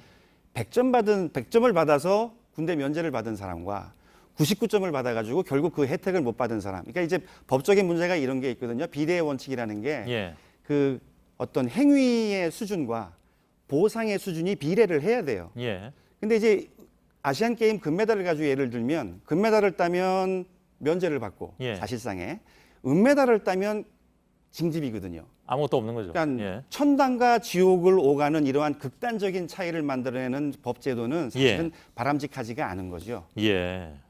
그래서 기본적으로는 군대 복무하고 다만 일찍 가는 경우에는 줄여주고 예. 늦게 가고 싶은 사람들에게는 은퇴 후에 하도록 배려해주는 예. 이 정도로 한번 설계를 해보면 어떨까 예. 생각을 합니다. 혹시 그 의견을 예를 들어서 체육계 인사들이나 예. 아니면 문화계 인사들하고 이제 공유된 부분이 좀 있습니까? 제 아이디어입니다. 제 아이디어인데 예. 많은 이제 분들의 의견을 요즘에 좀 토론을 제가 많이 했거든요. 예. 어제도 저 KBS 열린 토론에 나가신 걸로 알고 있습니다. 그래서 그 많은 분들의 의견도 들어봤고 해외 사례들도 좀 봤는데요. 예.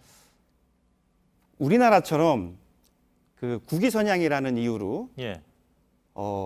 연금도 주고 거기에 대해서 남자 선수들에게는 이미 어린 나이에 굉장한 부자인데 예. 병역 면제 혜택까지 주는 나라는 이 지구상에는 우리나라 외에는 존재하지 않죠. 예. 알겠습니다.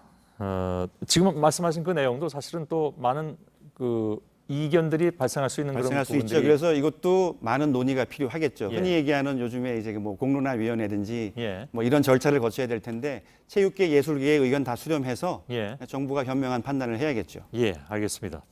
제가 아까 말씀드린 대로 지금 10몇 년 동안 이걸 가지고 얘기를 하고 있는데 이번에는 좀 어떻게든 결론이 좀 나서 이런 문제를 다시 얘기를 안 하는 것이 좋지 않나 하는 생각도 사실은 이 문제는 십수년간에 걸친 문제인데요. 예. 이건 정부가 사실은 이 문제를 여태까지 방치했다고 봐도 무방한 사례가 아닌가 싶습니다. 꼭 개선을 알겠습니다. 했으면 합니다. 예, 동아대 스포츠과학부의 정희준 교수였습니다. 고맙습니다. 예, 감사합니다. 예.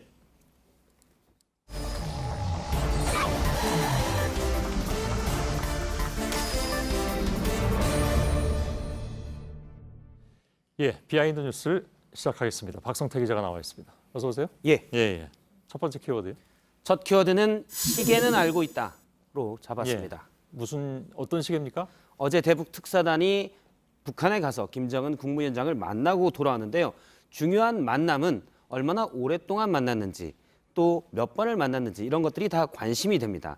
왜냐하면 의제에 대해서 어느 정도 깊이 있게 얘기했는지 또는 친밀했는지를 가늠할 수 있는 척도가 되기 때문인데요. 오늘 오전에 청와대에서는 어제 특사단이 10시 30분을 좀 넘어서 김정은 국무위원장을 만났고 12시 좀 넘어서까지 회동이 이어졌다라고 설명을 했는데 사실 그 전부터 기자들은 시간을 유추해서 좀 알고 있었습니다. 그런가요? 사진 때문인데요. 어제 오후에 청와대가 19장의 사진을 제공을 했었는데 우선 친서를 전달하는 사진이 있습니다. 그런데 지금 보면 우측과 좌측에 벽시계가 있습니다. 희미한데요. 저희가 확대를 해보니까 10시 35분을 가리키고 있습니다. 그러니까 어제 특사단이 9시에 평양공항에 도착해서 고려호텔에서 김영철 부위원장 등과 환담을 하고 10시 22분에 다음 면담을 위해 이동한다 이런 얘기가 있었는데요. 약 10분이 안 걸려서 이동해서 노동당 청사에서 김정은 위원장을 만난 걸 확인할 수가 있습니다. 그러네요. 벽시계로 시간도 유추해야 되니까 뭐 어찌 보면 기자들은 탐정 역할도 해야 되는 그런 상황이 되네요. 사진을 오랫동안 보다 보면 좀 보이는 그런 부분인데요. 예. 몇몇 언론에서 이제 시계로 분석을 했는데 다른 사진을 한 장 또 보도록 하겠습니다. 예. 회동이 계속 이어질 때인데요. 이때도 사진에 벽시계가 걸려 있습니다. 11시 40분 같은데요? 그렇습니다. 예. 그래서 회동은 1시간 넘게 이어진 것을 어제 이미 기자들은 확인할 수가 있었습니다. 예. 논란이 된 사진도 하나 있는데요.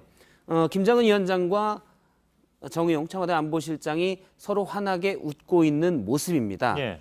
지금도 김정은 위원장 우측 뒤로 보면 뭔가 시침과 분침이 일자로 있는 것 같아서 6시에 또 저렇게 만났다라는 분석이 일부 보도가 되기도 했는데요. 저 시계가 맞나요? 그래서 저희가 지금 많이 확대를 해보니까 예. 6시가 아니고 그냥 숫자 1이었습니다. 그래서 예. 저거는 1층을 나타내는 것으로 해석이 됐습니다. 뭐 엄청난 발견을 한 것 같은. 예, 6시라고 얘기한 1층에서 보도들도 1층에서 악수했겠죠, 뭐. 예, 있었기 예. 때문에 왜냐하면 6시에 만났다면 만찬 전에 한 번 더 김정은 위원장이 찾아와서 만난 게 되기 때문에 예. 상당히 많이 대접을 한 게 됩니다. 근데 예. 그건 아니었던 것으로 물론 사진으로서는 만났을 수도 있었지만 사진으로서는 그건 확인할 수가 없습니다. 그렇죠. 예. 예, 엄청난 발견이었습니다. 1층. 예. 알았습니다. 두 번째 키워드는요? 두 번째 키워드는 가슴 아픈 정책으로 잡았습니다. 예.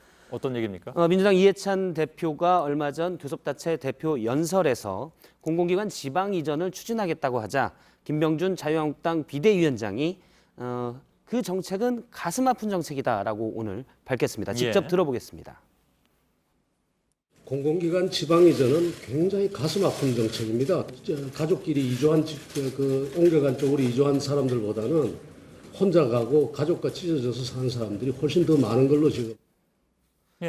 예, 김병준 비대위원장은 노무현 정부 시절 지방분권위 위원장을 맡아서 사실 공공기관 이전 등 이 프로젝트에 참여한 바가 있습니다. 예, 예. 그 본인이 해봤는데 단점이 좀 있더라. 사실 예. 그때 이 얘기가 많이 나왔었습니다. 가족끼리 생리별하느냐, 뭐 이런 얘기.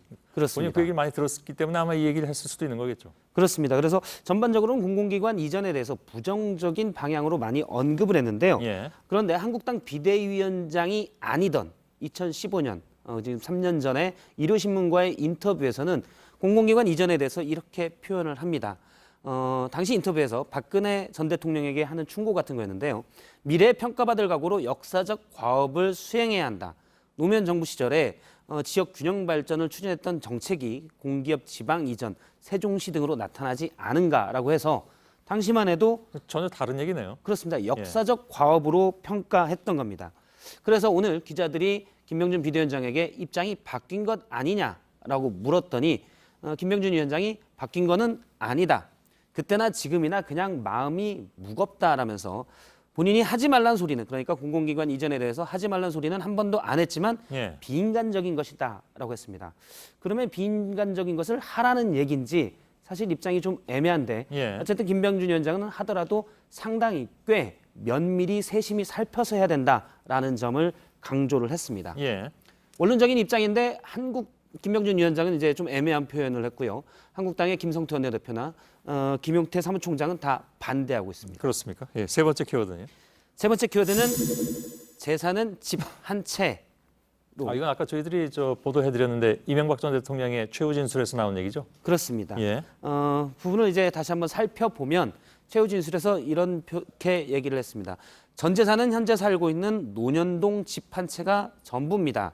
검찰에서 혐의를 두는 그런 돈을 저는 알지 못합니다. 라고 얘기를 했는데요. 예. 이 표현은 두 가지 의미가 있는 것으로 보입니다. 일단 재판의 핵심은 다스의 주인이 누구냐인데 내 재산은 집 한 채뿐이기 때문에 다스는 내 것이 아니다라는 얘기를 예. 재반복한 것으로 보이고요. 또 하나는 오늘 검찰은 구형을 하면서 벌금과 추징금도 구형을 했습니다. 벌금 150억 원에 추징금 111억 원인데 예. 지금 이명박 전 대통령 주장대로 재산이 집 한 채면 이건 벌금도 다 못 내고 그러게요. 추징금도 선고가 만약 그대로 이어진다면 예. 다 못 낼 수가 있는데 그걸 염두에 둔 표현이다라는 해석도 있습니다. 예. 전 재산이 얼마다 하는 것은 사실 그동안에 유행어처럼 들린 얘기이기도 하죠. 29만 원. 그렇습니다. 예. 전두환 씨가 예전 재판에서 했던 얘기입니다. 전두환 씨는 97년에 2,200억 원의 추징금을 선고받았는데 거의 대부분을 못 내다가 2003년에 왜 추징금을 계속 못 내고 있냐라고 해서 다시 법정에 불려갔습니다. 당시 재산을 볼 때 판사가 예금이 30만 원 있고 현금은 하나도 없습니까? 라고 하자 전 재산은 29만 1,000원 뿐이다. 저 금액은 이제 통장에 찍힌 돈이었습니다. 아, 1,000원이 참 있었죠? 예. 깜빡했네요. 원래 통장에 있는 돈은 다 사실은 추징이 됐었는데 예. 이자가 나중에 들어오면서 29만 1,000원이었다고 하는데요. 아, 그런가요? 예. 물론 이제 표현에 약간 와전된 부분도 있는데 당시에 8억 원 정도의 연희동 주택과 뭐 무슨 보석 부분도 다시 재산을 명시하긴 했습니다. 예. 하지만 29만 원 발언이 워낙 유명해지면서 뭐 유명세를 치렀는데요. 29만 원은 일두안이다라는 새로운 화폐 척도까지 얘기가 되곤 했습니다. 예. 하지만 전 재산이 29만 원이나 뿐이라고 했지만 5년 전에 이른바 전두환 추징법이 생겨나면서 자녀들에게 명의로 해놨던 이런 돈들을 검찰이 전담팀까지 만들어서 다 환수를 했는데요. 예. 현재 1,155억 원을 추징했고 여전히 1,000억 원 정도는 추징을 못한 채 남아 있습니다. 예. 여기까지 하겠습니다. 박성태 기자였습니다. 네, 전국적으로 오늘 밤부터 비가 옵니다. 중부는 내일 아침, 남부는 낮에 그칩니다. 비가 그치면 아침, 저녁으로 쌀쌀하겠습니다. 예. 저희들은 내일도 최선을 다하겠습니다. 여러분 고맙습니다.